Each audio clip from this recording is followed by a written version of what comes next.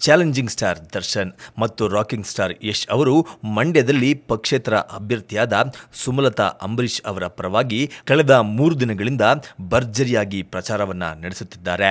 ಸ್ಯಾಂಡಲ್ವುಡ್ನ ನಟರಾದ ದರ್ಶನ್ ಮತ್ತು ಯಶ್ ಅವರು ಪ್ರತಿನಿತ್ಯವೂ ಬೇರೆ ಬೇರೆ ಕಡೆಗಳಲ್ಲಿ ಸುಮಲತಾ ಅಂಬರೀಶ್ ಅವರ ಪರವಾಗಿ ತಮ್ಮ ಪ್ರಚಾರವನ್ನ ನಡೆಸುತ್ತಿದ್ದಾರೆ. ರಾಕಿಂಗ್ ಸ್ಟಾರ್ ಯಶ್ ಪ್ರಚಾರವನ್ನ ನಡೆಸುತ್ತಿರುವ ವೇಳೆ ಅವರ ಅಭಿಮಾನಿಗಳು ಡೈಲಾಗ್ ಅನ್ನು ಹೇಳಲು ಒತ್ತಾಯಿಸಿದ್ದಾರೆ. ಆದರೆ ನಟ ಯಶ್ ಡೈಲಾಗ್ ಹೇಳಲು ನಿರಾಕರಿಸಿದ್ದಾರೆ.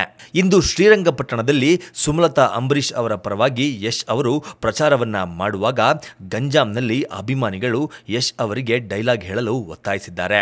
ಆಗ ಯಶ್, ಈಗಲೇ ನಮ್ಮನ್ನ ಟೂರಿಂಗ್ ಟಾಕೀಸ್ನವರು ಅಂತಾವ್ರೆ, ನಾವು ಬಂದು ಆಮೇಲೆ ಬೇಡ ಸುಮ್ಮನಿರಿ, ಒಂದಲ್ಲ ನಾನು ಬೇಕಾದ್ರೆ 100 ಡೈಲಾಗ್ ಹೇಳುತ್ತೇನೆ, ಆದರೆ ನಾವು ಈಗ ಕೇಳುತ್ತಿರುವುದು ಡೈಲಾಗ್ ಅಲ್ಲ, ಒಂದು ಬಾರಿ ಸುಮಲತಾ ಅವರನ್ನ ಗೆಲ್ಲಿಸಿ ಕಳುಹಿಸಿ ಎಂದು ರಾಕಿಂಗ್ ಸ್ಟಾರ್ ಯಶ್ ಅವರು ತಮ್ಮ ಅಭಿಮಾನಿಗಳಲ್ಲಿ ಮತ್ತು ಮಂಡ್ಯದ ಜನರಲ್ಲಿ ಮನವಿಯನ್ನ ಮಾಡಿಕೊಂಡಿದ್ದಾರೆ. ನಮ್ಮನ್ನ ನೋಡೋಕೆ ಜನ ಬರುತ್ತಾರೆ ಎಂದು ಮಾತನಾಡುತ್ತಾರೆ, ಮಾತನಾಡಿದ್ದಕ್ಕೆ ತಕ್ಕಂತೆ ನಾವು ನಡೆಯಬೇಕು.